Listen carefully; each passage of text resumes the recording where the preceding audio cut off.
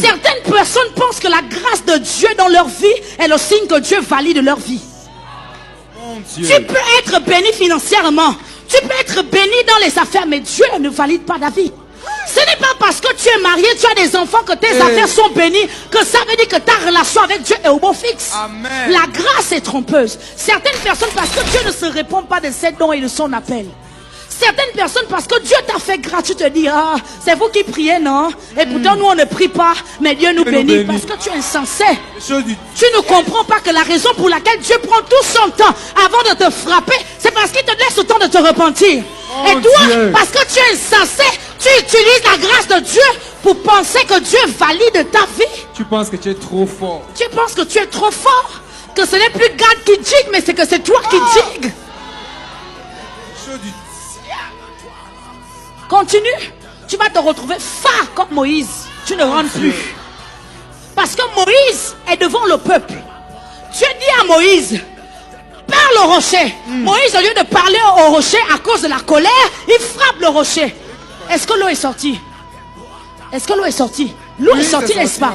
Normalement, là, Moïse n'avait pas sanctifié Dieu. Il n'avait pas honoré Dieu. Donc, il a déshonoré Dieu, mais Dieu a quand même fait le miracle. Donc, les charnels vont dire, waouh, tout ce qu'il demande à Dieu, Dieu fait. Mais tu ne comprends pas qu'il y a des miracles que Dieu fait pas à cause de toi, mais à cause des gens qui sont autour de toi.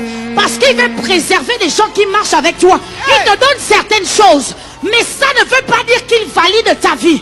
La preuve, c'est qu'après, Dieu a dit à Moïse que là, notre contrat s'arrête. J'avais prévu que tu rentres dans la terre promise. Mais parce que tu ne m'as pas sanctifié.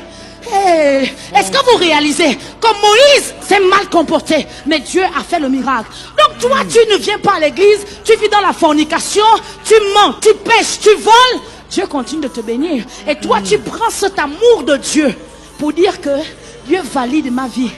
Encore un peu de temps. Encore un peu de temps. Tu seras surpris que comme Moïse du jour au lendemain, que rikata, paratata, ouah.